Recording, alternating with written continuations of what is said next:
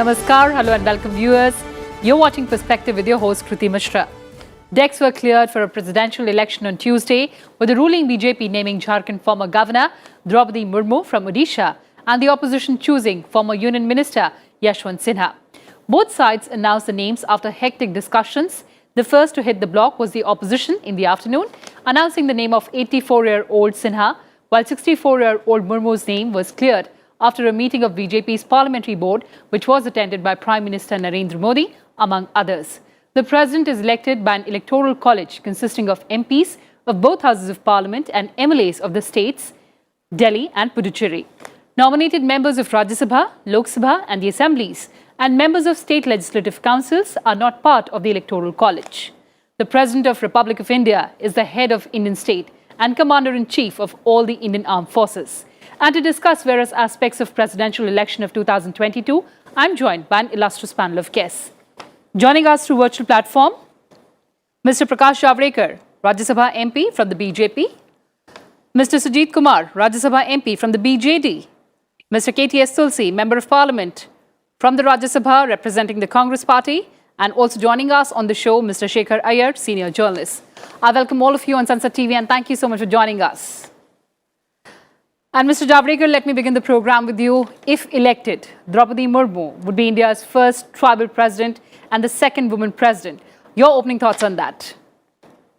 She is definitely going to win, and she will win with thumping majority. Because I don't want to comment on opposition at this stage, but the die is cast, and it is very clear that India as such has nearing the majority, and there are other parties which are supporting us. So we will win hands down. The issue is, and that is the importance of this, as you said, she will be the first tribal prime minister. Tribal is 9% of our population, lives in forest mainly, and they were neglected hitherto. So they get that position, which is the first position of the country. Not only head of the three armed forces, but more importantly, the government runs in his name. He addresses parliament by saying that my government has done this, my government will do this. So all this represents the stature, and all the government actually functions in his name. So it's a very important position, number one position, not only protocol, but in every sense of term. And therefore, Draupadi Murmu, a tribal, an experienced teacher, minister, governor, and at the same time, this is women empowerment and represents the East. Nobody from Odisha has become president so far. And therefore, this is a very good choice, and she is 54. So she will be active. And I'm very sure that in a way election is a formality, but let opposition fight it. Let us see how all parties decide to vote. But we are very sure of victory, and we will win for the people. This is a message by Modi government or the BJP. This is BJP candidate at the moment. And so we are giving a message that yes, we are committed for the upliftment of the last person in the queue. That is the message what this candidature signifies. All right, Mr. Javadekar, let's get opposition's view on that. Mr. Tulsi, earlier we were hearing the names of Mr. Sharad Pawar, then Mr. Farooq Abdullah, and then Mr. Gopal Krishna Gandhi. And finally, Mr. Sinha is opposition's pick. Tell me about opposition strategy.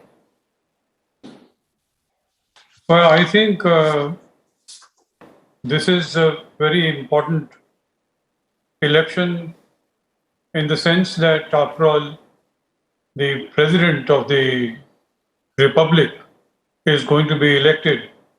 It is going to be interesting debate because 48.9% of the vote share is with the BJP, and 51.1% of the vote share is with the opposition. Now that brings in the regional parties. It seems that nothing is going to work, not the BJP, not the opposition, but the regional parties will perhaps have a much greater role to play. And it's a fact that not a single president has been re-elected after Mr. Rajendra Prasad's sole exception. So the election was inevitable, and election is going to be decided by 76 members of parliament, whose vote value is 4,033. The total vote value of the legislators and the MPs is 5,43,200, and there will be 4,809 electors with a vote value of 1,86,431. But all eyes are now on with regard to with the non-aligned parties, and they include 5 of these parties who will play the significant role. One is the BLD, the other is YSR, Congress Party, 3 is Telangana, 4th is Trinamool, and the 5th is Aam Aadmi Party. So this is going to be a different kind of election, and it seems that Nitish Kumar is famous for being unpredictable. What will happen, the extent to which the regional parties will hold the key, will only be known after the election. But one thing can be said, that Nitish Kumar is known for being able to take contradictory stand, and he did that on the population control policy, he did that on the caste census, and he might play a different card, unexpected, which it'll be. So I think Right. Even in Pranab Mukherjee's case, Mr. Nitish Kumar did not go along with the BJP or the parties, and therefore this election becomes fairly critical.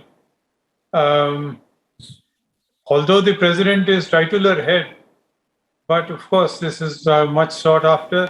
And Yes, sir. Ms. Murmu's selection has been widespread, welcomed by all, and it is, I think, a great choice. You have a lady, and you have a lady from Adivasis. This is an extremely great honor to be conferred upon them. All right, Mr. Tulsi, you mentioned about the importance of regional political parties. Let's get in Mr. Sujit Kumar here. Mr. Sujit Kumar, proud moment for Odisha here. The stand of your party, of course, is clear, but certainly there is happiness in Odisha. Certainly, Kirtiji. First of all, it's a proud moment for every Odia, for everyone in Odisha. In fact, today, Honorable Chief Minister has hailed Ms. Murmu as the daughter of Odisha. Yes. And I would like to hail Indian democracy, the strength of our democracy, that someone like Ms. Murmu, who comes from such humble background, is almost certain to now be the commander-in-chief of the nation, be the first citizen of the nation. So this is the strength of Indian democracy. And as an Odia, as a member of parliament from Odisha, I would like to thank Honorable Prime Minister Modi ji and all the NDA parties for nominating Draupadi Murmu. I can't think of a better choice than her. She's eminently suitable, eminently qualified to hold the highest constitutional post of this country. And I think there's a political messaging to it as well. As Mr. Javadekar pointed out, I think BJP wanted to send a political message that the nomination of Ms. Murmu signals that BJP as a party and India as a coalition are very much with the tribals. They are very concerned about the upliftment of the tribal, of the women. I think this political messaging, but nevertheless, I think the choice is excellent. She has worked for the downtrodden. She has worked for the field of education, for tribal upliftment, and her performance as an administrator, whether as an MLA or as a minister, and even as a governor of Jharkhand, has been stellar. So, all in all, it's an extremely proud moment for everyone in Odisha. And I think she will make a great All right, Mr. Kumar, let's also understand the number game. Mr. Iyer, we heard all three political voices on the panel here. Help us understand the number game. How is the ruling alliance or the current dispensation or the opposition alliance placed in these elections? Well, I think, the number game was already in favor of NDA, because NDA was only short of 20,000 electoral votes, whoever would have been the candidate. And they were already talking to all the regional parties, including YSRP Congress, Biju Janata Dal, as well as, other parties. Now, with the announcement of Draupadi Murmu, the complete thing has changed because it's no more number, it is chemistry. Because already you have seen Nitish Kumar's party has welcomed Murmu's, choice. Therefore, I do not see any NDA ally leaving, choosing somebody else. And also, the opposition seems to be, caught in a kind of a confusion because they didn't have a candidate, they didn't have a strategy. That is why Yashwant Sinha's name had to be propped up at the last moment. Now, basically, between a choice between having India's first tribal president and Yashwant Sinha, Yashwant Sinha may have his own, achievements. He was India's External Affairs Minister, was India's Finance Minister. He has had a long career as an IAS officer. He was private secretary to Karpuri Thakur. I mean, there are a lot of things about him. But the overriding issue this time is giving the tribal representation because hitherto no tribal has occupied the office. I think this is the big message that the Prime Minister Modi ji sought to give and he has succeeded because we knew all along that whenever Prime Minister chooses a person for any constitutional post, there is a lot of social messaging involved, a lot of message of empowerment. So this time with the Draupadi Murmu, a lady as well as a tribal person who has actually worked her way up. It is not that she's being chosen, she's just because of tribal. That is an additional qualifier. But more important is, just as our BJD Honorable MP was saying, she belongs to Mayurbhanj district. It's one of the most backward districts in a remote place. From there, the way she came up, she was a teacher, then she contested the local elections, and from there she moved on to become an MLA. Then she was a minister with independent charge in Naveen Patnaik's government. I mean, for a union minister to get an independent charge itself is a very, then as Jharkhand governor. So she does understand the importance of the constitutional office that she has held before and now she is going to hold before. I think the overriding chemistry is going to see a lot of difference, and also Draupadi Murmu will be traveling to different state capitals, will be meeting her members of Electoral College, and I expect the Prime Minister, after he comes back from UAE, I am told he is also going to talk to the leaders of some allies who are in the opposition. I am told he will be talking to DMK, he will be talking to other parties who are already there. And also we must understand that Murmu is a Santal. Now Santal tribals are spread over 5 states. Yes. I mean, including West Bengal, Jharkhand is there, Chhattisgarh is there, you have parts of Madhya Pradesh, you have, of course, Odisha is there. So, see, even among them, the kind of, and when it, not just the Santals, because it will have impact in Maharashtra also, where there are huge tribal population, Andhra Pradesh, of course, the Northeast. So, it's going to be a very big thing, I think, more than the numbers. The personality of Murmu is going to decide this election, and which all looks set that India is set to have a first tribal president. There is no doubt about it. All right, let's also take that to Mr. Javadekar. Mr. Javadekar, BJP is known for surprises. Earlier, we saw President Kovind. Now we have Draupadi Murmu's name. As Mr. Iyer was mentioning, that social messaging is very important. How do you read that? It is not just social messaging, let me tell you, because this is the philosophy on which this government runs. See, it is the government of empowering for the empowerment of poor. It is not government of entitlement.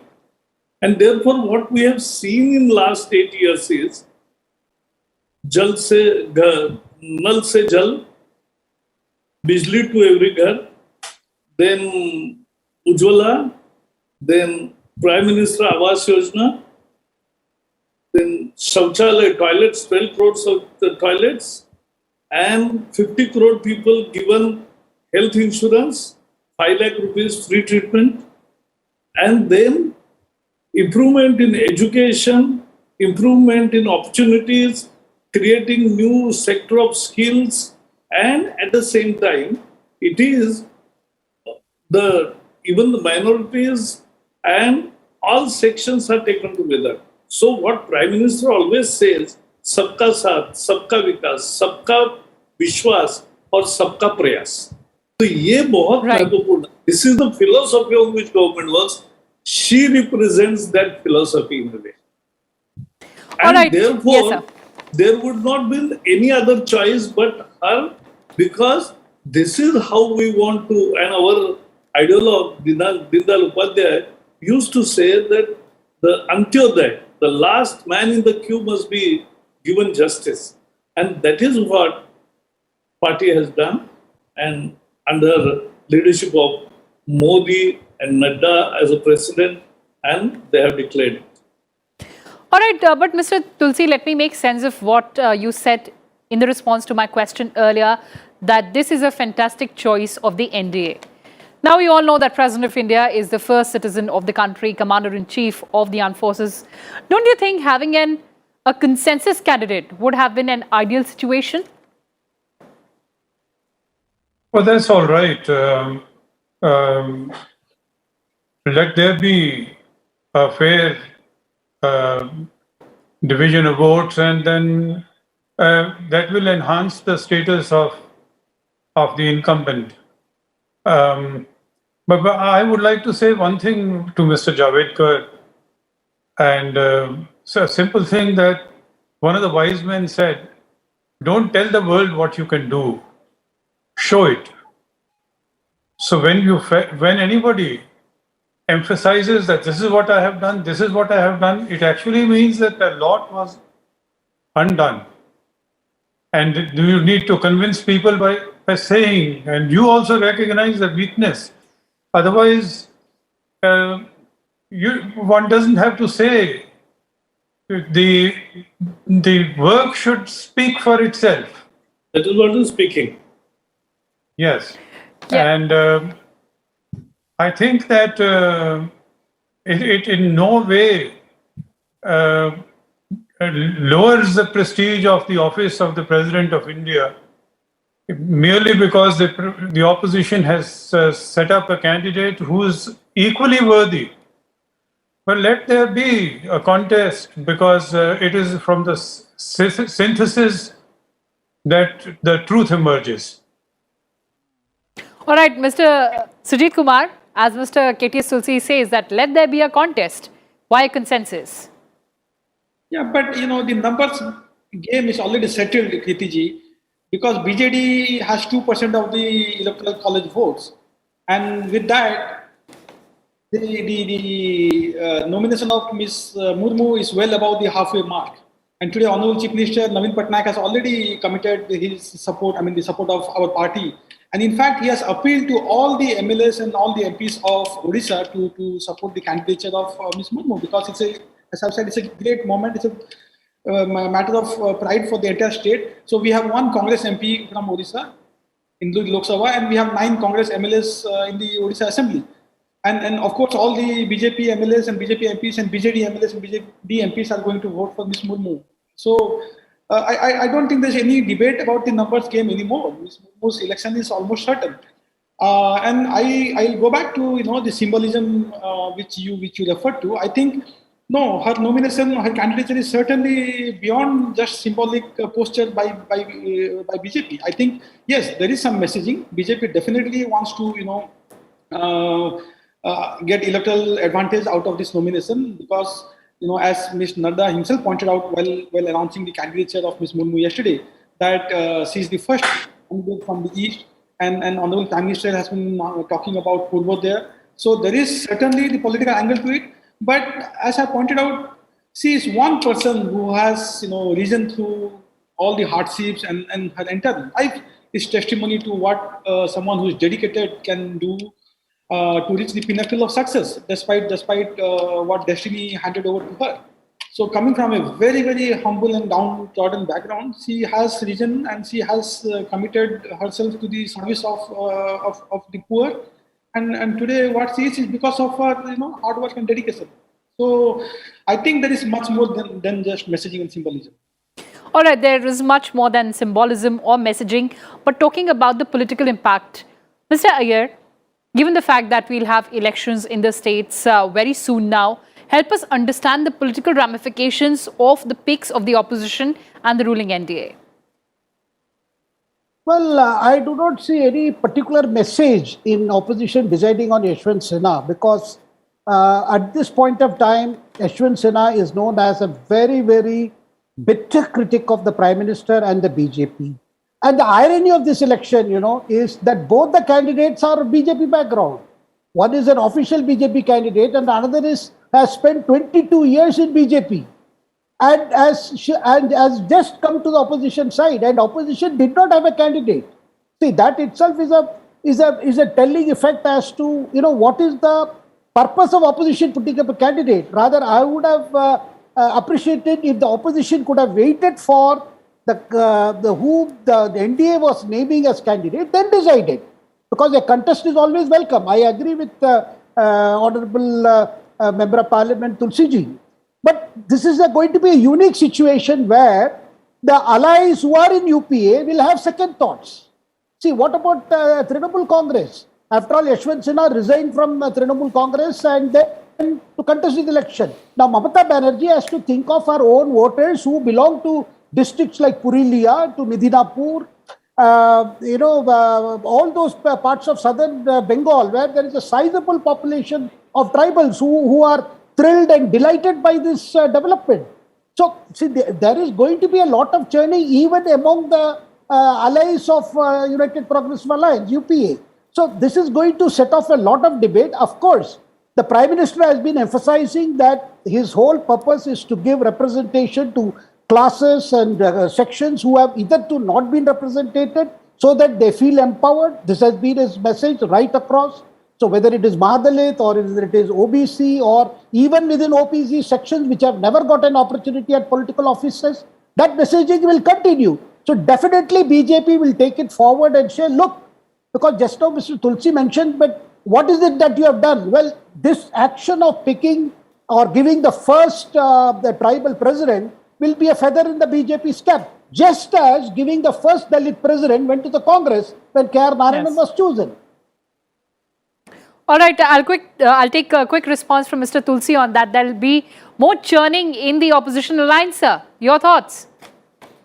Yeah, I feel that while it is significant that both the candidates are ex-BJP, but that can also create a big problem for the BJP, because there is a prospect of division of vote, and if that happens, if the vote gets divided, the difference is so narrow that the decision can be overturned.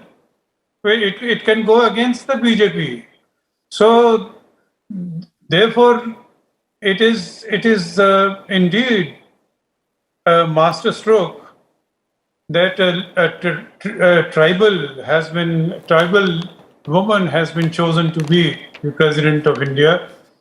But nevertheless, the question of there being both the candidates from ex-BJP, and they have their own vote bank, it could turn out to be a liability.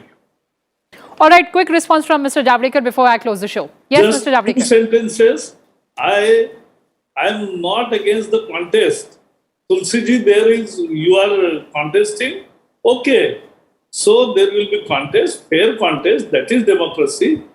But there is also no ban on daydreaming. If somebody is thinking that No, I'm not. there's a chance in, so I have no problem. Why should I dream?